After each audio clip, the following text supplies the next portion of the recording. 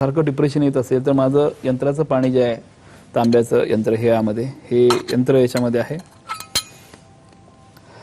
आजारपणासाठी ताम्र जल म्हणून आहे. हेचं पाणी तुम्ही रेग्युलर पिऊ शकता. रात्री ठेवून सकाळी प्या, दुपारी प्या, संध्याकाळी दर 2 तासांनी पण पिऊ शकता. जेवढ्या वेळ तुम्ही जास्त वेळा प्याल तेवढं 100% तुम्हाला पॉझिटिव्ह रिझल्ट हा येतोच येतो.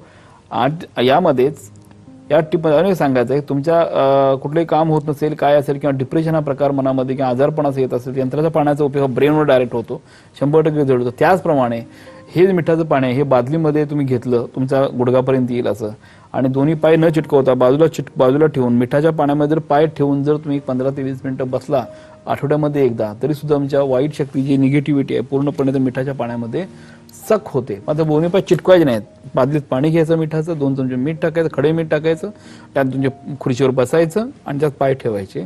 10-15 मिनिटं पाय ठेवल्यानंतर हळूच एक पाय बाजूला टच न करता बाजूला करून पुसून घ्यायचं आणि ते बादलीतलं पाणी जे आहे ते तुमच्या बाथरूममध्ये सांडून टाकायचं. अशा पद्धतीने दर 15 दिवसांनी एकदा केलं, त्यात गोमूत्र जर टाकलं तर अजून जास्त चांगला इफेक्ट आहे. अशा पद्धतीने हा एक टिप आहे की माणसाचा डिप्रेशन जो प्रकार आहे अशा प्रकारे कमी होऊ शकतो.